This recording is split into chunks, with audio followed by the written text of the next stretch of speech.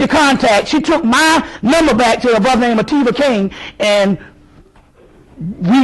I did Detroit from 1998 up until now because of Ativa King.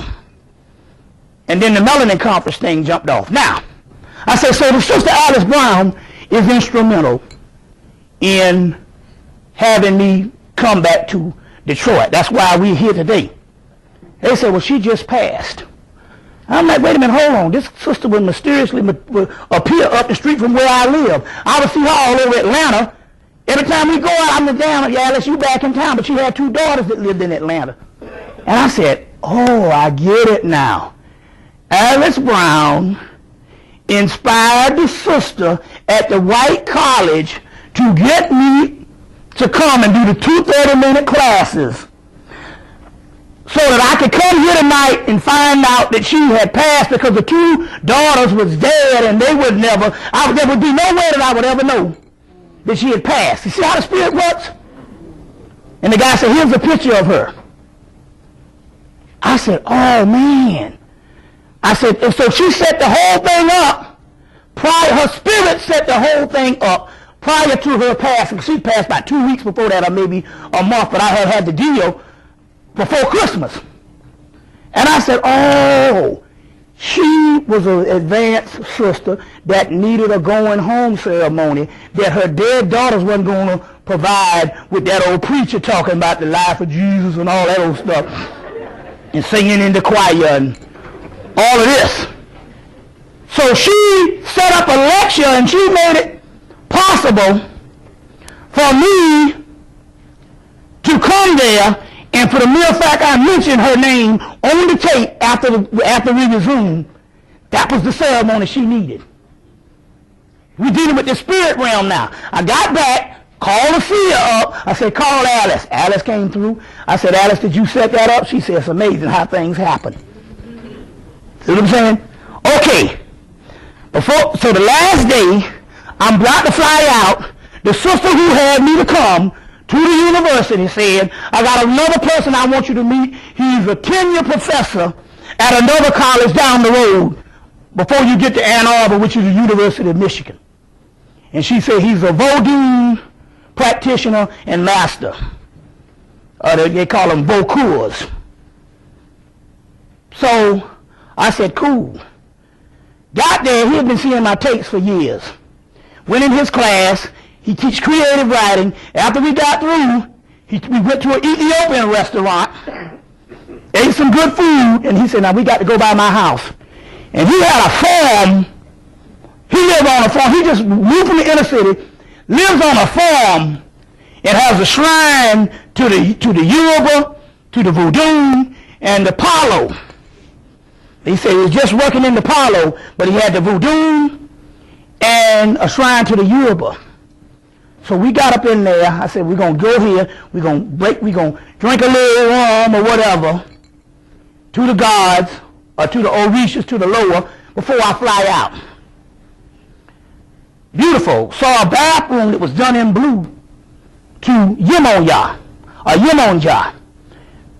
And they were calling me in to get an experience to bring to you today. This is how things work. So, show you how synchronicity. So, we go to the airport. I get in there. I done missed the damn plane. So the sister said, well, my house is further from the airport because I was the last flight out. And they was like, no. Let me explain to you airport etiquette if you don't know this, because you don't fly a lot. So I already know the game. I've done over 300 flights since 1993. You see, so I'm a regular. At least one a month. You see what I'm saying? So she said, our last flight out. When you go to this is what I wanted to tell this here for the people that if you're flying out and you miss your flight, most people who are not frequent flyers don't know this. If you call them up and say you missed the flight, you got to pay $100. But if you go to the airport and say you missed the flight, they just put you on the next flight out. You see. So if you say, oh, I missed my flight, they'll be like, okay, that's $100. But if you go to the airport, and sometimes I'll run in, oh, the car broke down. on, we put you on the next flight. For free. We'll put you on the next flight for free. You see, now remember that, folks, because you know, I'm in these airports. TJ is in there. Black people ain't flying.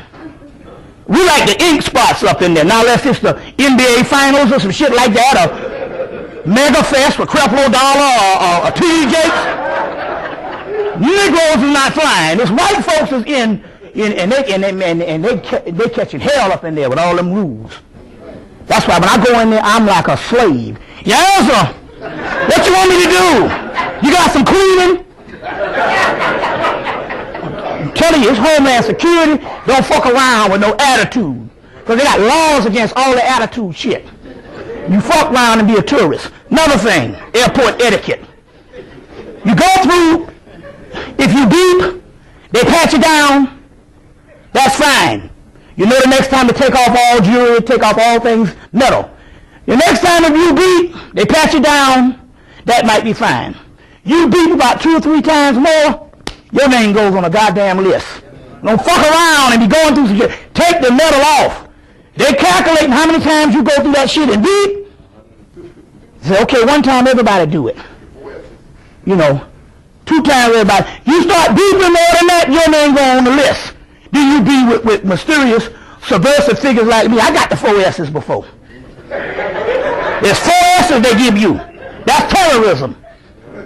I didn't beep. I just came there one day and I guess the guards were sleeping that day because they cloaked my shit most of the time. But I think they cloaked my shit one time, and one day they was like, we're just going to let you see how it is.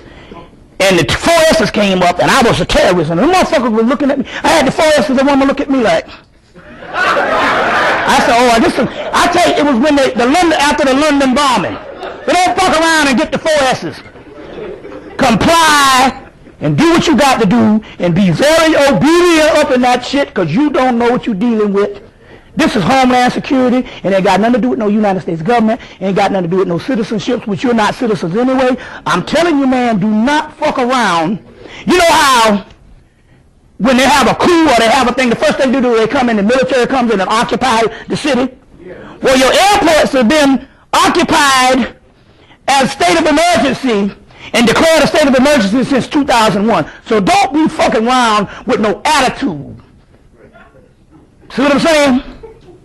With no attitude. That's going to get you fucked up. Get up in there and become a little child. If you got to let them rub your goddamn head.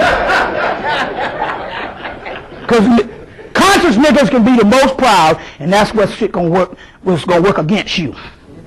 See what I'm saying? You know, no arrogance. Humble yourself. You see, that's the trickster. You running the show, you the master, but you the trickster. The drunken master. The court gesture. You know, do a little dig and shit, you know. And shit, you know. Whatever.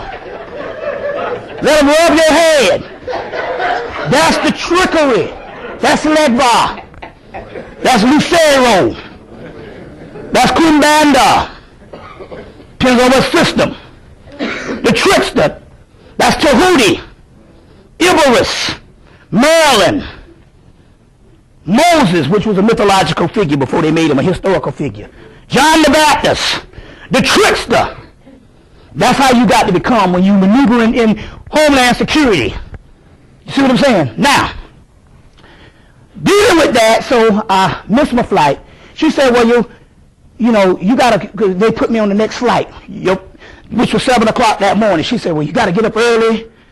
My house is further away. You got to go stay where you just came from, which is the Vokur, the voodoo master.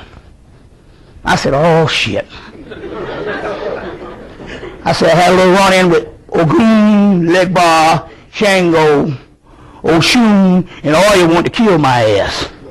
I said, God damn it, I got to go back up in there. But I noticed when I was up in there, the shit was real smooth. The energy was real smooth. So I called Linda up, my queen. I said, you know, I got to go back. I done missed the flight. So she went in there and got on it. Said, come on, Oshun, what the hell is going on?